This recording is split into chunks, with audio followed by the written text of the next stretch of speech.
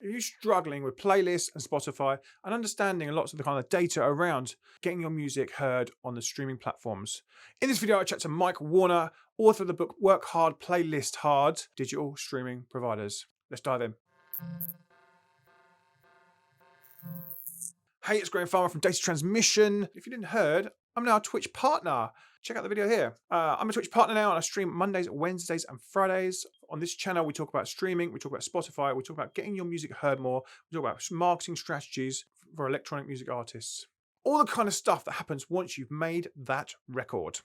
In this video, I chat to Mike Warner. He's basically the author of a book called Work Hard, Playlist Harder. We talk about streaming, we talk about Spotify, we talk about tips for Apple Music, we talk about Pandora, we talk about a whole host of all the streaming platforms and how to get your music heard, how to log in to the artist areas, and a whole lot more. And he packs in the gold content for us. So let's jump in and watch this. I hope you enjoy it.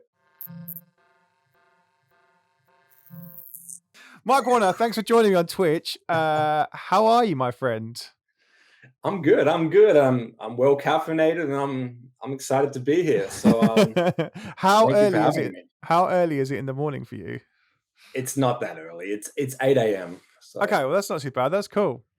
it's fine. I mean, I was half awake at 6 a.m., but if I joined, I wouldn't provide much value or entertainment. Or maybe I would, but here we are. Nice.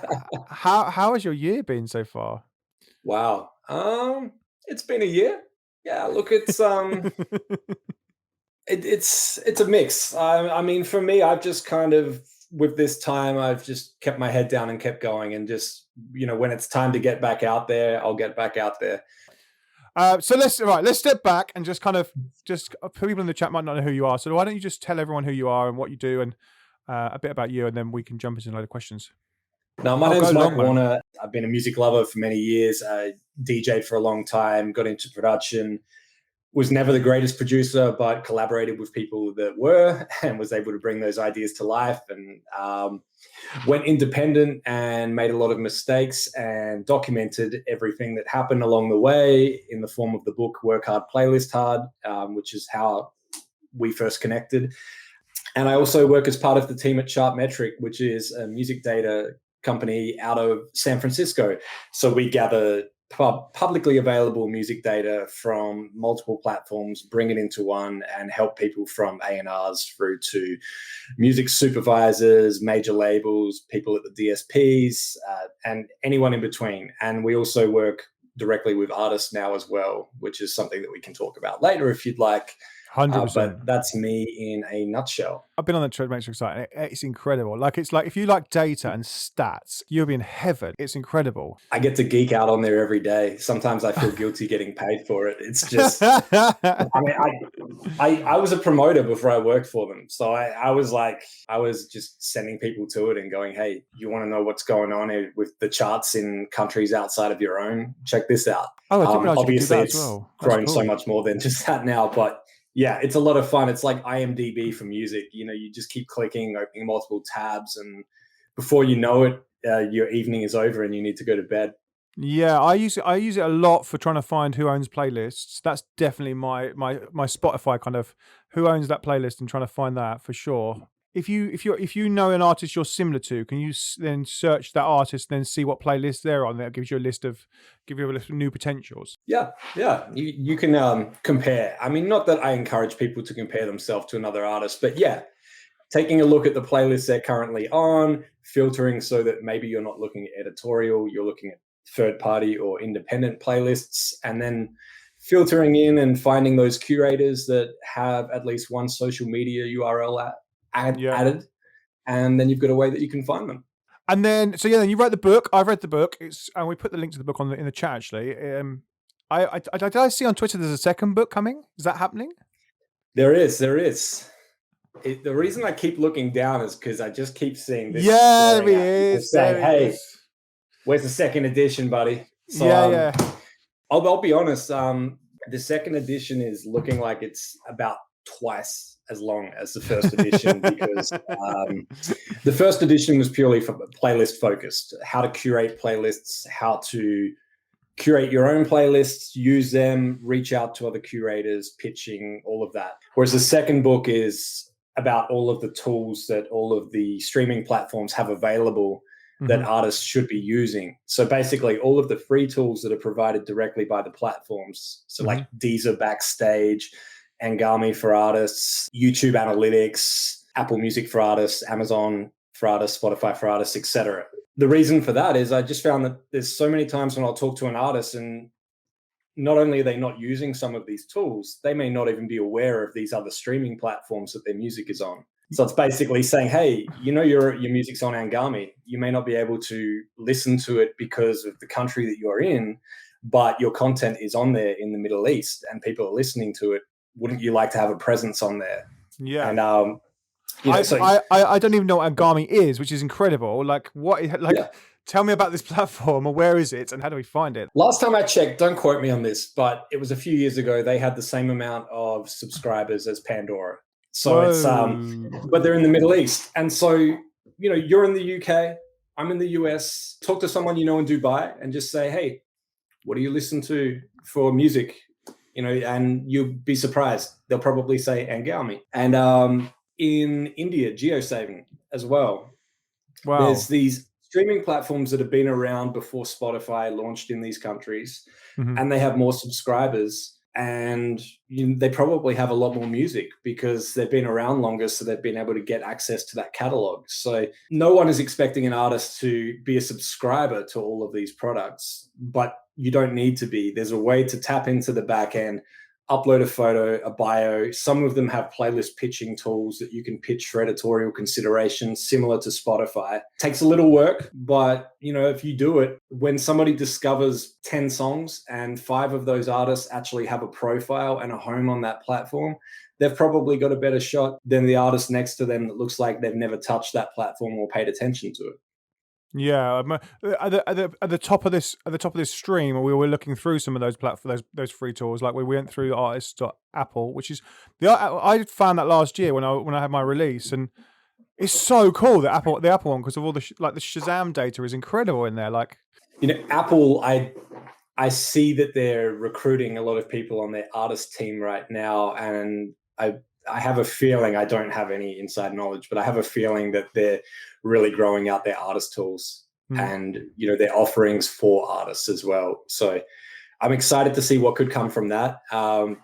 Same with Amazon. I mean, it's crazy. Amazon Music for artists only launched 1 year ago.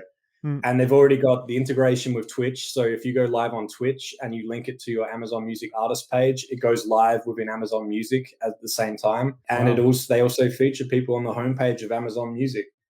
That's cool. I didn't realize that. Yeah, Amazon Music, I think, is like one of those like growing dark horses. They've got so much more money than anybody else that they could just take over quite quickly. And they've also got the kind of Alexa type thing where it'll just start playing from Amazon Music instead of Spotify or instead of somewhere else. Yeah, I mean, all of the integrations excite me. The fact that obviously anyone can create. Upload an image to Amazon, create a merch store, and sell print and ship on demand merch. And now you can integrate that into your artist profile. So you have an image of yourself as the artist or your logo, upload it, say, I want it to be available on t-shirts, pop sockets, iPhone cases, caps, hoodies. And then I want them to handle it. You don't have any merchandise sitting at home in your garage, in a warehouse, and they take a larger cut, of course, but they will print and ship it directly to that person and pay you your cut. Wait, that's on your artist profile now, and that's on the Amazon. Yeah. Wow. If anyone wants to know what it looks like, you can go to amazon.com/Taylor Swift, amazon.com/ACDC. There's a number of artists that are doing it, and they're selling anything from vinyl, physical CDs, of course, to toys, t-shirts. There's all kinds of stuff going on. I mean, where we can there's a lot of money in merch. Wow, that's cool. I did not know that about Amazon backend. That's well cool. Like I said, it's these things that we're not expected to know all of this, but for anyone that wants to learn or wants to do more, let's put it out there. Let's tell you. So Amazon backend sounds incredible. So if you're in the chat and you've not subscribed to the artist.amazon.com, go and do that today. We were looking at. I was trying to get onto the YouTube one. And that was like I was looking at youtube.com, but it didn't seem to let me in for some reason. Yes. Where am I going wrong? Studio.youtube.com. Yeah. Okay, and that's the artist back in. That's Yeah. where I went So wrong. Ah, cool. it's changed a lot. And I feel like saying this, I'm going to put my foot in it because it changes so much. The last title that they had was New YouTube Analytics for Artists, with the word new in there in the title. Right. And it was studio.youtube.com, and anyone with a normal YouTube channel can get access to this. It's where you see back-end analytics for your YouTube, how long people are watching for, what they're interacting with and engaging with, all of that. Right. So yeah, I have that for my YouTube, my normal YouTube channel. I have that, and I have the app for it. It's YouTube Studio. Yeah. Yeah. So if you have an OAC, so an official artist channel, it gives you access to pretty much the same data, but in that same backend. So that as an artist, instead, you're seeing the data. If audio is uploaded by your distributor to YouTube, it originally is uploaded as artist name topic, and there'll be a YouTube channel created for that. And it's just the artwork for the song and the audio plays. All of that is being merged into your official artist channel, so you can actually see how many people are listening to it. And, if you upload music videos, you can see how many people are watching and things like that. It still feels a little bit confusing. I tried to detail the process as simply as I could, and there's just some steps in there that aren't as clear, like how the hell does an artist just go and get access today? And the answer is usually speak to your distributor or your label or someone else. There's no direct process where you can apply to YouTube as such that I've seen. So yeah, my advice right now to anyone that wants to get access soon is go to your distributor and say, can I get access to YouTube analytics? And most importantly, can I claim my official artist channel on YouTube? Right. Cool. Because they're going to have a better shot at making that happen for you than you might trying to reach out yourself. Is there a playlist you can pitch to in Apple from Apple backend, or is that not a thing yet? Oh yeah, you can create an artist playlist as the artist in Apple Music. Basically, there's a few steps here. Number one, you have to have claimed the artist in Apple Music for Artists. So you need to be an admin of that artist. Then you need to be in the Apple Music app as a listener. Yep. Then I don't have my phone in front of me, but then on the bottom right corner, there's a library button or something. And hang on. Give me a second. Hang on. Actually, you know what? I can bring I can bring my phone up. Hang on a sec. Oh, this is cool. This works even better. Cool. So you already have access to the artists in Apple Music for Artists. That's awesome. Yep. So you need to jump back to the Apple Music app. There we go. Yep. Here we go. I'm here. Cool. Now, you already have the admin option up the top, but most people won't. Yeah, I watched your cheeky video on Instagram. Yeah. So for anyone that doesn't see that admin button, if you tap edit in the top right corner, you simply put a check in the box next to admin so that it shows. This is how you can customize what you want to sort by and see in your Apple Music library. So now we got that admin button. If you tap that, you'll see the artists that you manage. You can tap on an artist. I mean, from here, it's pretty straightforward. Create a new playlist. You can upload artwork, add a description. Now, what's really cool about this is once you've created that playlist, which has to be done in this app, it's the only way you can do it, you'll get a link. You can share that playlist. Anyone that saves it to their library in Apple is now following it, essentially. But when people go to that playlist and they tap on the name of the curator up the top, it goes directly to your profile in Apple Music. Sick. So if people aren't following you as the artist and they're following that playlist, they may tap on that, and that's another way that they can find you. Can you share that to your Instagram stories, for instance, or is that yeah? It's a link. I mean, I've posted links to it on Twitter, Facebook, wherever. In your swipe up in Insta for sure. I've got artists that have embedded that artist playlist on Apple Music in their website. So hot tip for everyone, if you have an artist website, it's one thing to list all of the platforms your music is on, but imagine if you had a page, artist name on Apple Music, and anyone that has Apple Music goes to that page, there's your artist playlist embedded so they can just click play while they're still on your website. Nice. There's all your releases in order. There's, maybe even affiliate links for some of the streaming platforms. If you're an Amazon affiliate, why the hell not? Make some money from that click. Yeah, nice. I guess once you've got your Apple link, then you can use one of those sites to then replicate the whole thing across all the other streaming platforms. Exactly. There's platforms like Soundees. That's the one that most people are using now. Sounds Good was acquired by a major. The whole thing about Sounds Good is they never charged any money. And I said to them, I want to give you money. I love this service. You're saving me so much time. Please, can I give you money because I want this to exist and continue to exist? And then they ended up getting acquired for a large amount of money, which is awesome for them. Yeah. And then Soundees came along almost the next day, and Soundees is still really cool as well because you could just set it on autopilot, and there's actually customizations you can do. So little extra things that maybe not everyone will use, but you can pull in tracks from multiple playlists and shuffle them into one playlist and remove duplicates and shuffle the playlist order every day if you want, and all kinds of craziness that you can do if you choose. That's just sounds.z, isn't it? Soundiiz.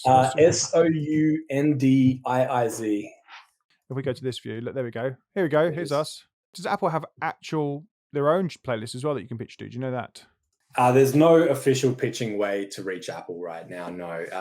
The closest way that you could probably reach them right now is you have to be working with someone to get your music to Apple. Whether it's a label or a distributor, they're going to be your best bet. If you're an independent artist and you have a distributor, just keep in mind that you may only get one shot to get their attention and to get them to listen to your track and consider taking it and pitching it to editorial. So I'm not saying don't do it, but I'm saying wait until you've got the track that is the one. So if you've released your first track, maybe release a few more and then go to your distributor, and kind of like Shark Tank. You don't go in there and go, I got this brilliant idea that's going to make a lot of money, or I got this brilliant song that's going to get millions of streams. And they'll go, cool, so what are your numbers been in the last 6 months? And you go, well, 0 so far.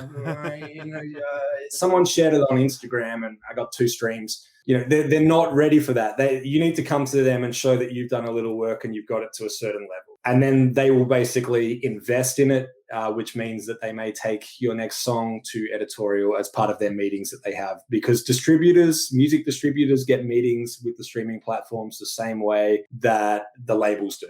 And you've got a much better shot at someone who goes in, has a meeting, whether it's weekly, fortnightly, monthly. And if you know that your song is one of the songs they're sharing, that's going to help you out. Obviously, cool. Spotify, you can pitch directly as well using that form. But for platforms like Apple, where there's no direct pitching method right now available, that would be one option that you could look at when you've got the song that is the one and you're ready. Wicked. Okay. And we mentioned Ngami before. They have a editorial pitching tool that is coming into the mobile app. And I know you can download that app here in the US. So I'm assuming it's the same in the UK.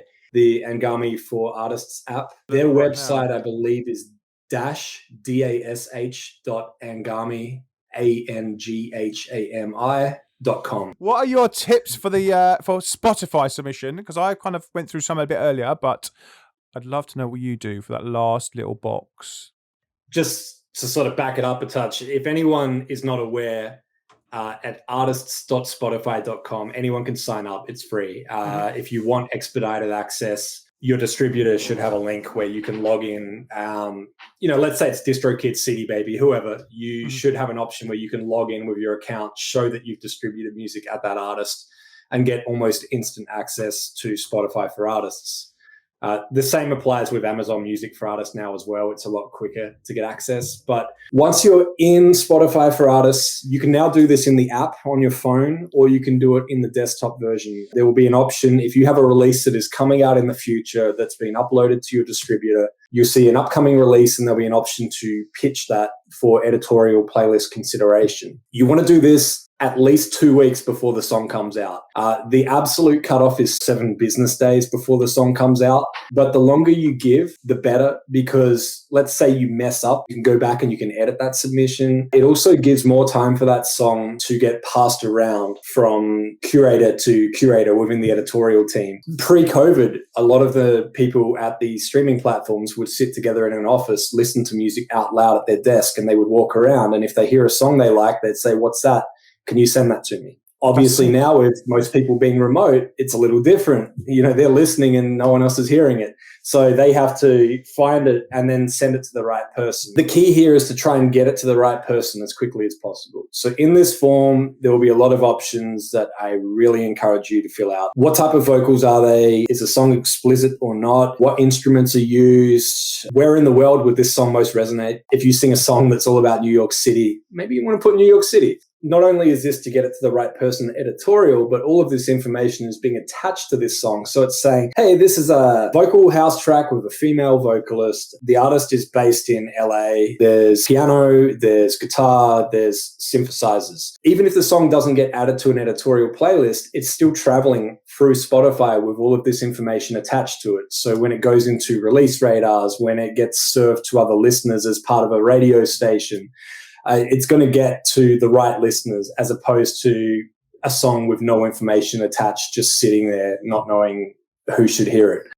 Then the next part of the form is where you can add some information. So if you have a budget and you're spending money and you're doing marketing, whether it's a TikTok campaign or whatever, absolutely add that. But if you're an independent artist that's in the early stages, maybe you haven't got much budget yet for whatever reason, that's totally fine. That's not the only thing here. They just want to know, well, what are you going to do to share this track? It can be as simple as you saying, I'm going to do posts on social media. I'm going to create some artwork to promote the release on Spotify. I'm going to create a Canva, and I'm going to upload that to accompany my video as well. A canvas is an 8-second visual loop that you can upload to your song so that when it plays within Spotify, in particular on someone's phone, there'll be an option in the bottom right corner and it will start spinning. And if they make the music play full screen, instead of just seeing the artwork, there'll be this 8-second loop that will just play over and over again while your song is playing. So things like that you can do that won't necessarily cost you money, but may just cost you a little time. Like I said, Canva, Canva.com. I create artwork on there. It has a free version, which is totally fine for this. Just upload a video, zoom it in 100 times and put some blur on there and use that. And, you've got something to look at. It can be as simple as that. And then that's it. You basically said to the team at Spotify, I've got this great track. Here's a short story about the track. And here's what I'm going to do to promote it with what I have available to me. So if you don't have a marketing budget, that is your workaround. One last thing is on that form, previously there was a very short number of genres or categories that you could put your song under. They've expanded that a lot to the point now where you can actually search through all of the genres to see what you would like to apply. For anyone that's stuck with genres and what their song could potentially fit under, there's a really helpful website called everynoise.com. Nice.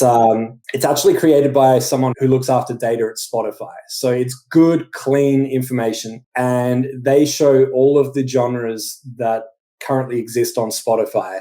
And not only that, there is an automatically generated playlist for every single genre. Everynoise.com, you can go there and you can look at all the genres. What's cool is if you don't know the genre, but you know a similar artist, you could type in their name and see what genres they fall under. And that might help you with finding more specific genres, especially if you feel like your music might be a bit more niche. That's going to help you to really fine tune that. And the good thing about having music that isn't maybe as commonly known genre-wise is that if you actually take the time and you get the correct genres and you pitch it, there may be less submissions coming in within that genre.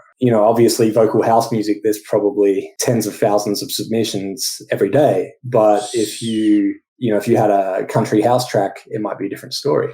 So using those more niche genres, you're going to hit more selective editors. Yeah, previous to this, it was basically what you said. You could just choose dance electronic and hope that someone that's vibing with tech house actually hears it. So it's a lot more fine-tuned now, but they seem to have a lot more genre-specific editors. I mean, I was blown away when you could start pitching in the app. It's not really the most ideal situation, but let's say you don't have access to your computer and you don't necessarily want to go on a public computer and do it.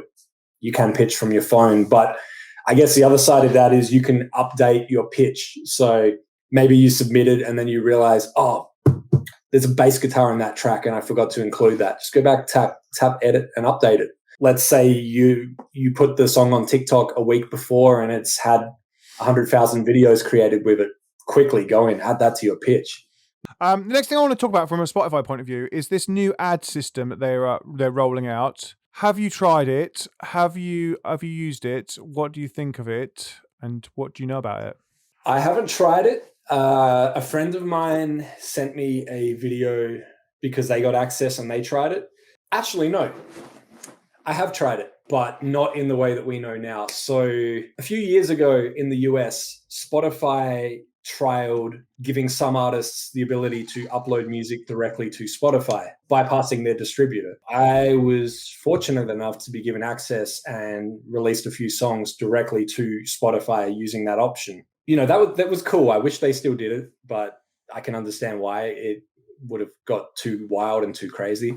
One of the things they did during that time was they gave a complimentary marquee, which is the full screen pop-up that shows in the Spotify app that says new music from artist name. And there's a button to immediately play it, or there's a little tiny X that you can click if you don't want to listen. With my group, we got access to that, and fortunately, we released our track on a Wednesday, so we weren't competing with all of the new releases on a Friday. I'll have to find the exact numbers, but it was about 25,000 streams we got from that over the span of between 24 to 48 hours. I don't know what that would have looked like budget-wise because we didn't pay for it, but we were stoked. It was going to a mix of people that followed us, but it was also going to people that were not yet following us, but following similar artists, you know, that you would see in our fans also like section, formerly known as related artists. Mm-hmm. You know, I don't want to say, hey, yeah, go drop some money on that, and they're the numbers you might see, and You're not buying streams. You're buying that screen space, and if people choose to listen, they choose.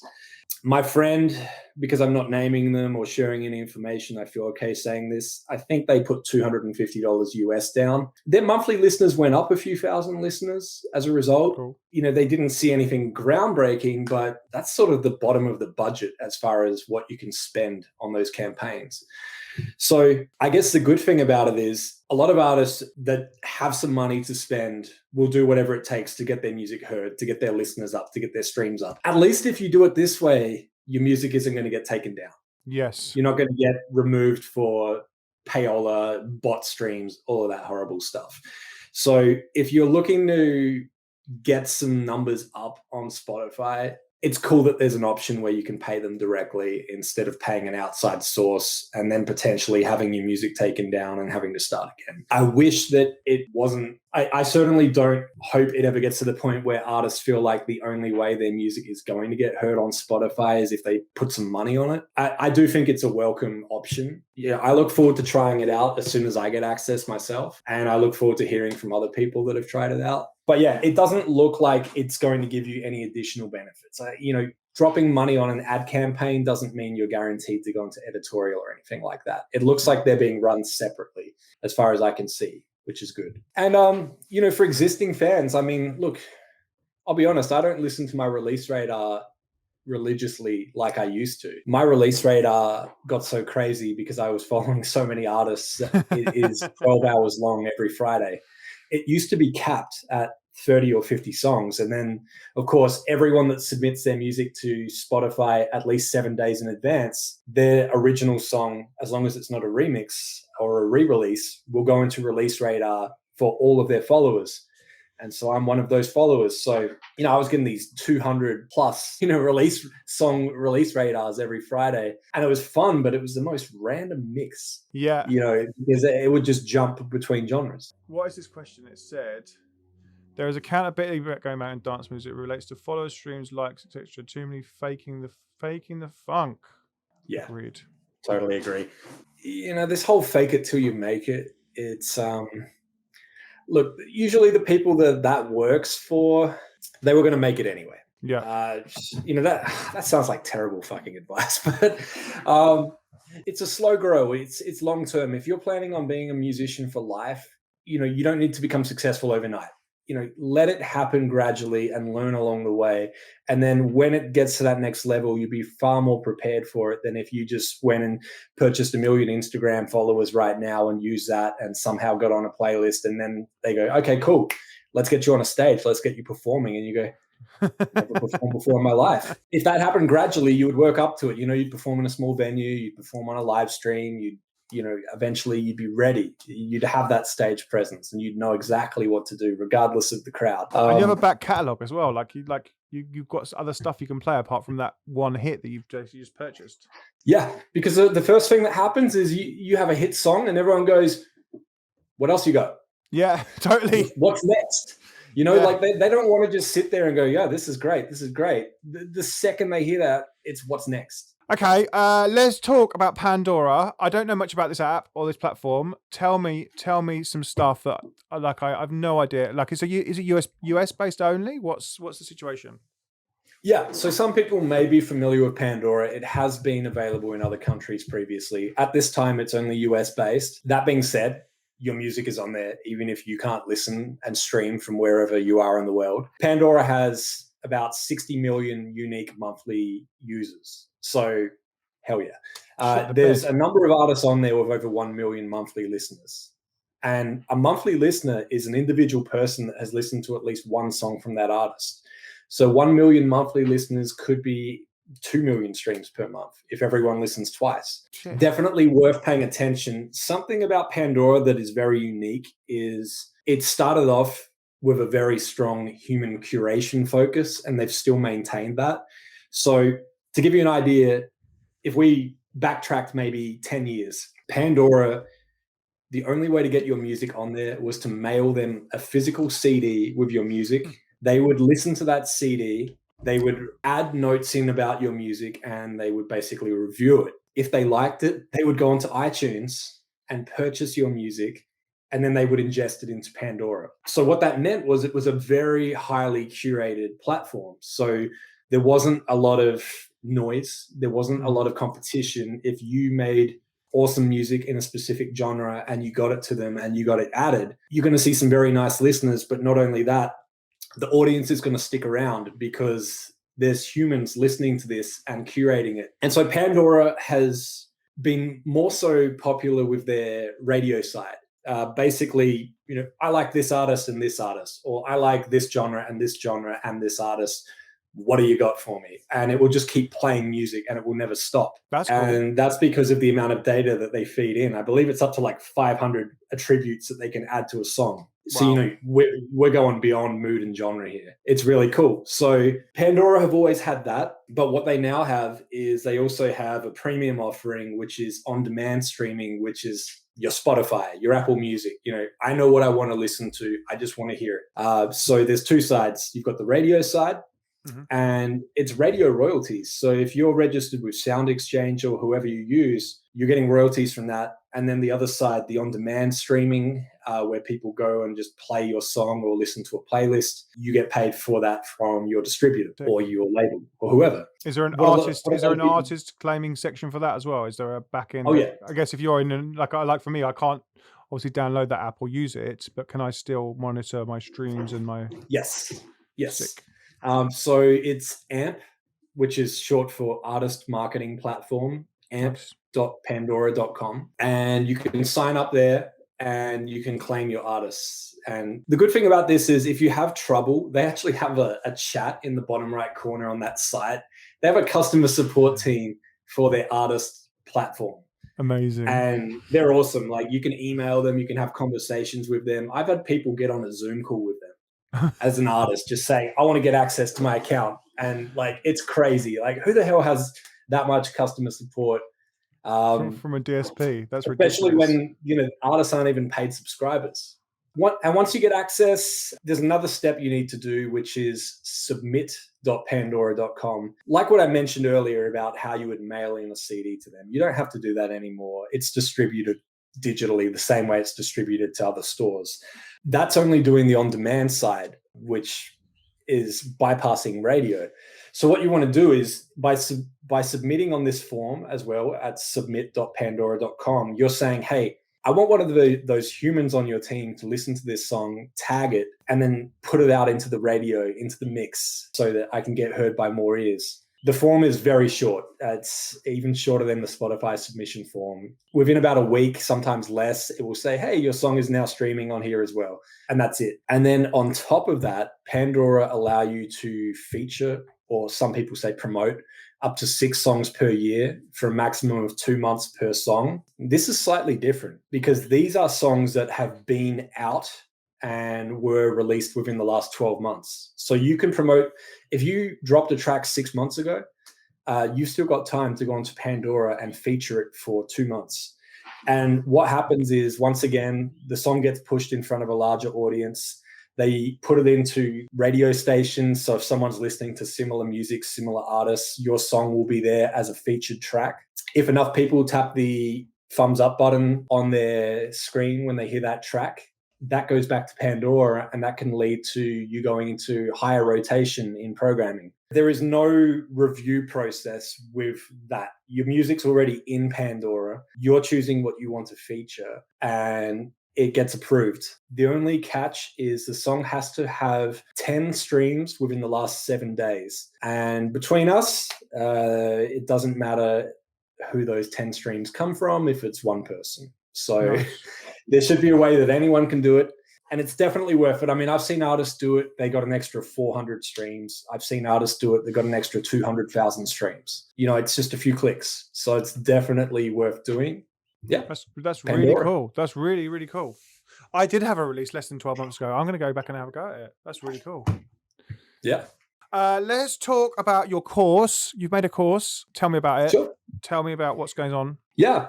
So the course is basically expanding on a lot of the things we talked about today. So all of these tools that are available that artists may not know about but should know about. Part of it is me trying to tell you why the hell you should pay attention to this streaming platform. You know, so it's like, here's how many listeners there are. Here's where it is in the world. Just because you're not there doesn't mean people aren't living there and wanting to hear your music. And then I get into all of the things you can do with the tool. So how to get access, what to do once you're in. Things like that maybe not as simple as just writing, go here and do this, like the Apple Music for Artists playlists. I mean, if you didn't bring your phone up on the screen before and we showed everyone, no one would have done it because they would have went, I have to do what in which app? And then I have to swap apps and I have to do it on my phone. Why would I do this? There's videos of me doing exactly that. And then the same with Amazon Music for Artists, you know, yeah, I heard that there's something I can do with Twitch. And it's like, yeah, here's what you do. Here's where you click. Here's what it looks like on your artist profile on Amazon. Because not everyone follows you on Twitch, but they may be following you on Amazon Music. They'll get a notification from that app, or Alexa will go off in the background and tell them you're live. And you know, you may even show up on the homepage and get featured.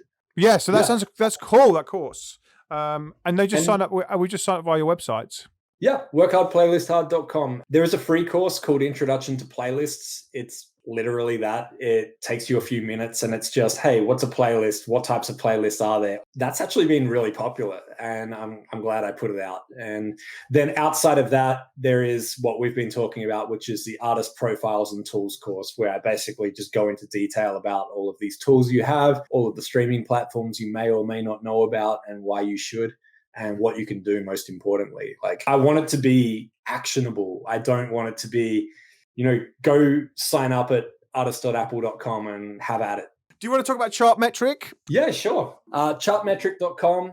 We gather data relating to music across multiple platforms. So some of the platforms that we have is Boomplay in Africa, Pandora in the US, Spotify, Amazon Music, Apple Music, Deezer, YouTube Music. Then we also have, outside of the streaming platforms, we have Instagram, Twitter, Facebook, TikTok, Twitch. We have Twitch. And then we also show sync data. So if your music was used in films, TV shows, whether it's Netflix, Hulu, wherever, yeah, we pull it all together and we make it available and we try to make it as easy and non-intimidating as possible.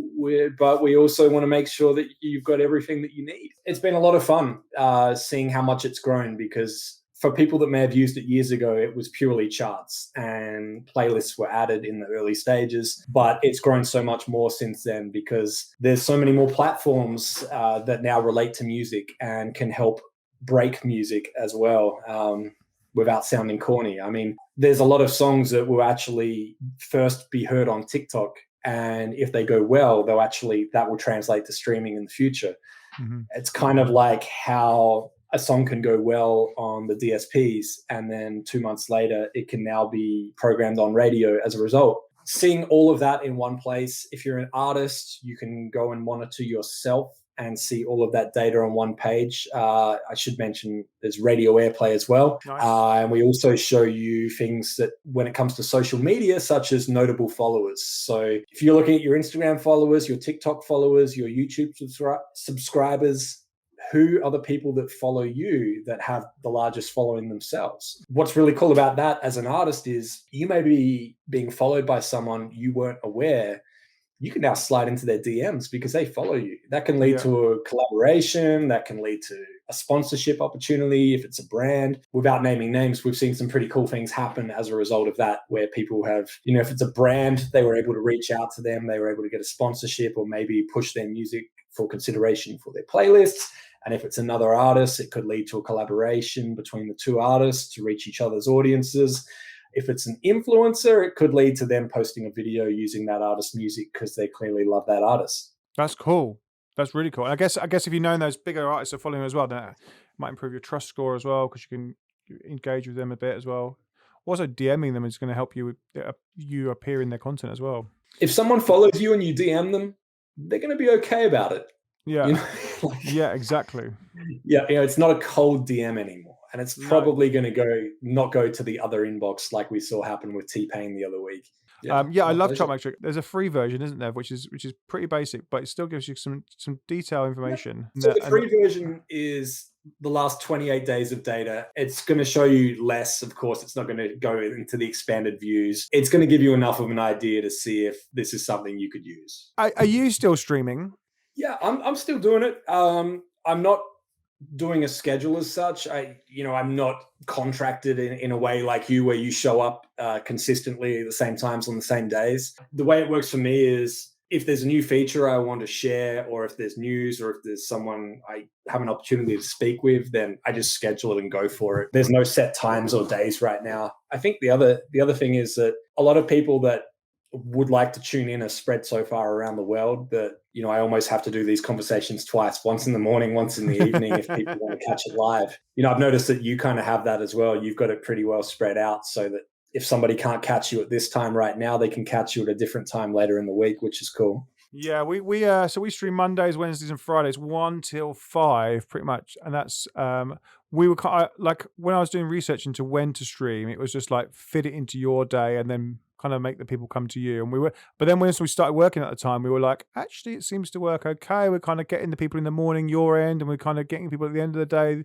the other end of the world. And we found a website where you can actually go and look at like the amount of competition on Twitch at the time and the amount of people viewing, and we were kind of like in a low competition area but in a high amount of people watching area. So, and we were like, well, this is pretty cool. We've stumbled onto this by just picking the time that works for us, That's cool. And I guess, most of us sleep for 8 hours maximum at night.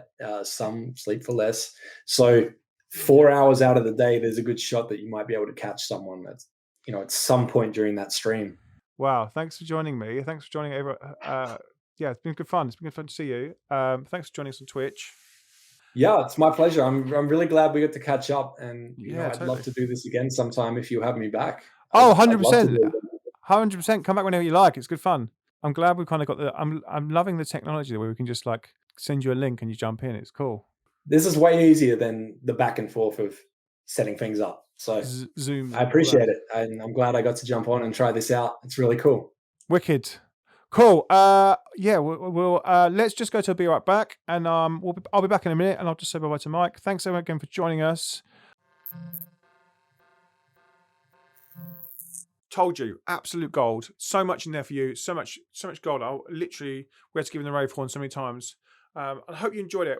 Join us on Twitch Mondays, Wednesdays, and Friday. This is now our studio in the bottom of our garden. It's our Disco Shed studio, our Shed 54, based on the idea of the Studio 54 disco in the New York. And we turned it into Shed 54 and made it in the bottom of our garden. And it's evolving every day. We're putting new stuff in. It's really great fun. We're doing live A&R on Twitch. We're doing live breakdowns of your social media, helping you with content. So come and join us on Twitch. The link's below. And I'll see you in the next video. Cheerio.